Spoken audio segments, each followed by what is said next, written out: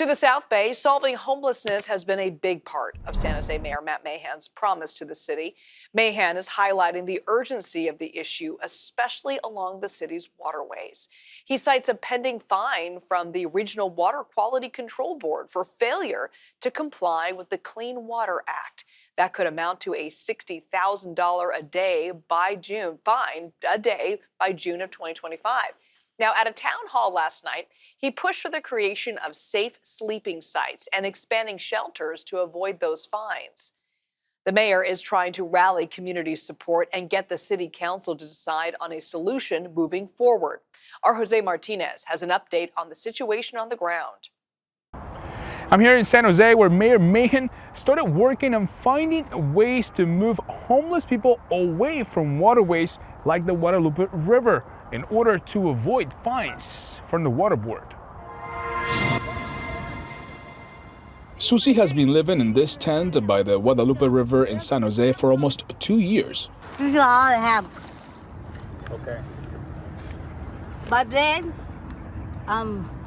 arching top, and my kitchen stuff. A week ago, she found out the city wants to move her and hundreds of others who live along the city's waterways. The question is where and when. I have a caseworker. His name is Ethan from Home First. He's trying to get me in a place, like tiny homes or something. So it's all a waiting list right now. It's hard to imagine a worse place to live.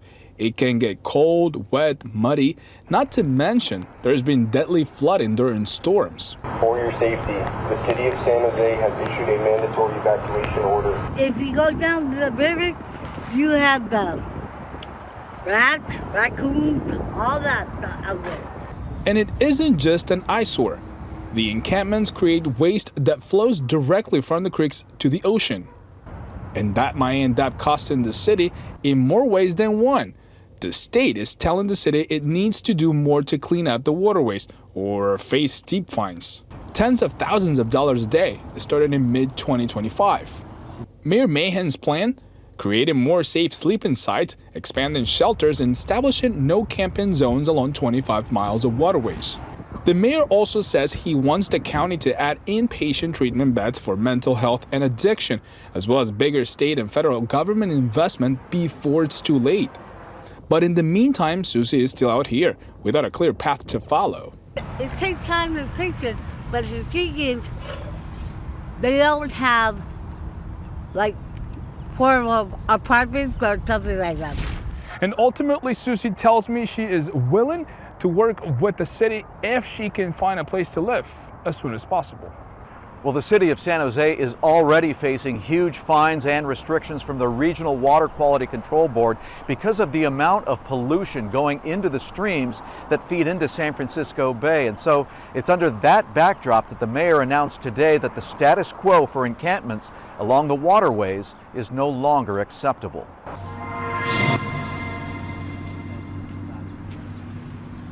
Edward Thompson has camped in the creek beds of San Jose for the last 3 years. They just got the news that San Jose intends to permanently remove homeless encampments along the waterways like his. I think it's probably better for the water, but it depends like where you're going to put them, and you talked about land space.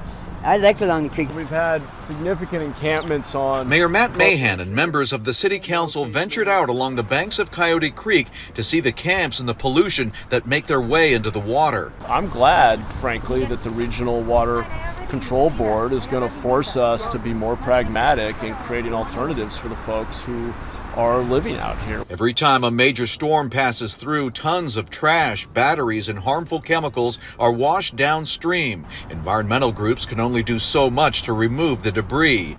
Mahan, who vowed in his campaign for mayor in 2022 to end the era of encampments in San Jose, says the real solution is moving people out of the camps and keeping them out. We need to get people into a place that has basic sanitation, basic security, and a connection to case management.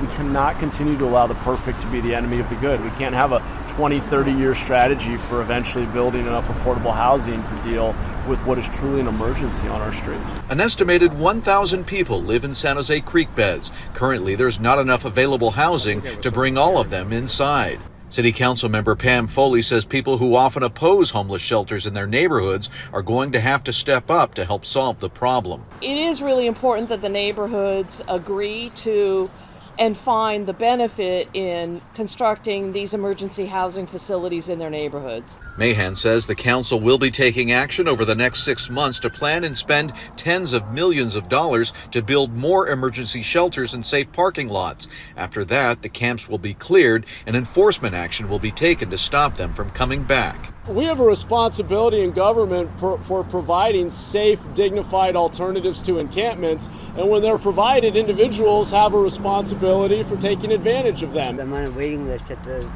Martin Luther King Library downtown, and I'm with a program over there that is waiting for housing to open up. And I know there's housing, but it just takes a while to process paperwork and whatever, so I just got to go report to them. Edward Thompson says although he likes living out in the open for most of the year, he would gladly come indoors.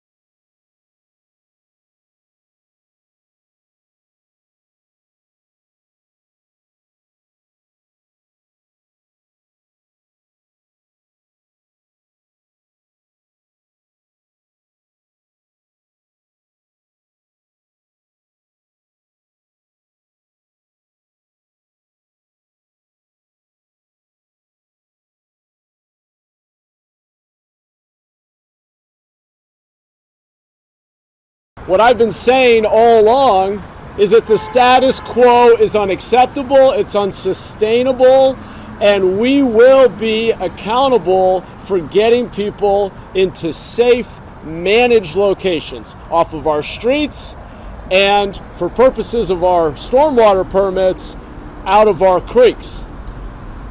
And it's high time that we do this. We must treat this like the emergency that it is.